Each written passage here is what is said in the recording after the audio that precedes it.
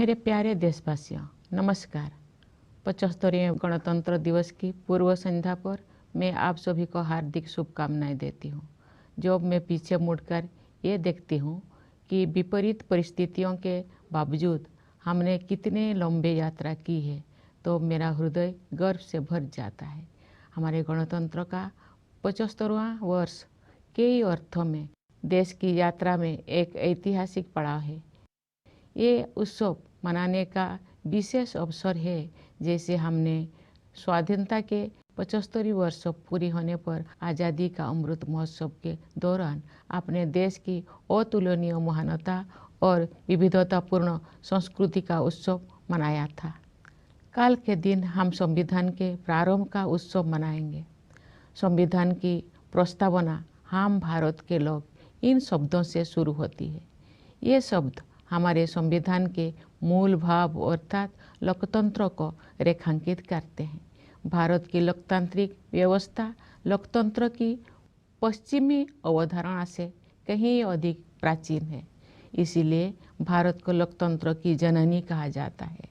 एक लंबे और कठिन संघर्ष के बाद 15 अगस्त 1947 को हमारा देश विदेशी शासन से मुक्त हो गया, लेकिन उस समय भी देश में सुशासन तथा देशवासियों में निहित क्षमताओं और प्रतिभाओं को उन्मुक्त विस्तार देने के लिए उपयुक्त मूलभूत सिद्धांतों और प्रक्रियाओं को स्वरूप प्रदान करने का कार्य चल ही रहा था। संविधान सभा ने सुशासन के सभी पहलुओं पर लगभग 3 वर्षों तक विस्तृत चर्चा की और हमारे राष्ट्र के महान आधारभूत ग्रंथ यानी भारत के संविधान की रचना की। आज के दिन हम सब देशवासी उन दूरदर्शी जननायकों और अधिकारियों का कृतज्ञतापूर्वक स्मरण करते हैं, जिन्होंने हमारा भव्य और प्रेरक संविधान के निर्माण में अमूल्य योगदान दिया था। हमारा देश स्वतंत्रता की शताब्दी की ओर बढ़ते हुए अमृत काल के प्रारंभिक दौर से गुजर रहा है। ये एक युगांतकारी परिवर्तन का कालखंड है।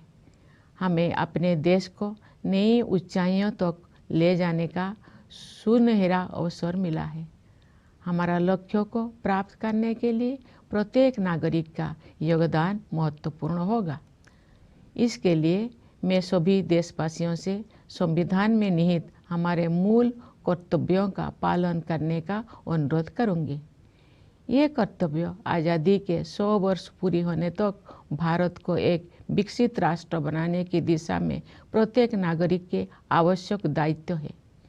इस संदर्भ में मुझे महात्मा गांधी का स्मरण होता है। बापू ने ठीक ही कहा था, जिसने केवल अधिकारों को चाहा है, ऐसे कोई भी प्रजा उन्नति नहीं कर सकी है। केवल वही प्रजा उन्नति कर सकी है जिसने कर्तव्यों का धार्मिक रूप से पालन किया है। मेरे प्यारे देशवासियों, गणतंत्र दिवस हमारा आधारभूत मूल्यों और सिद्धांतों को स्मरण करने का एक महत्वपूर्ण अवसर है।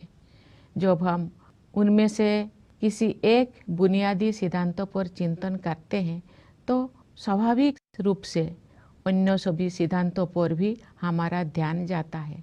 संस्कृति, मान्यताओं और परंपराओं की विविधता हमारे लोकतंत्र का अंतर्निहित आयाम है।